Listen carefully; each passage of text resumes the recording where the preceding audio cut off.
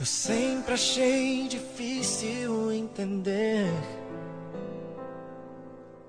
como duas vidas podem se tornar apenas uma. Mas quando eu te encontrei, eu te amei, e um milagre aconteceu. E então eu entendi que Deus tem sempre um plano para nós. É preciso paciência e ouvir sua voz.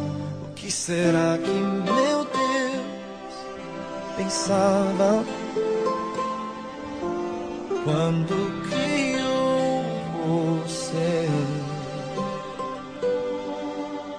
Acho que ele estava pensando em mim, porque me deu mais do que sonhei.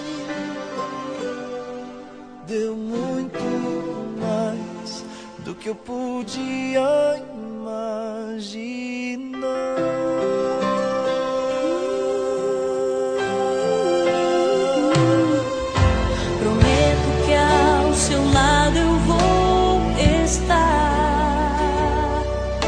Nas horas mais difíceis, eu contigo vou chorar. E onde quer que a vida te levar, o meu coração vai junto, para sempre vou te amar. E Deus já tem um plano para nós. É preciso paciência, ouvir sua voz. O que será que meu Deus pensava quando criou você? Acho que ele estava pensando em mim, porque me deu mais do que sonhei.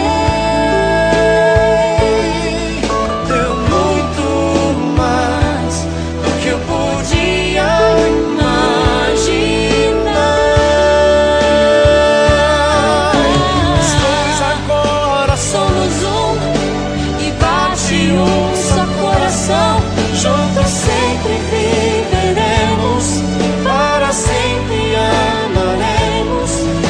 E assim eu posso perceber, não sou nada sem você.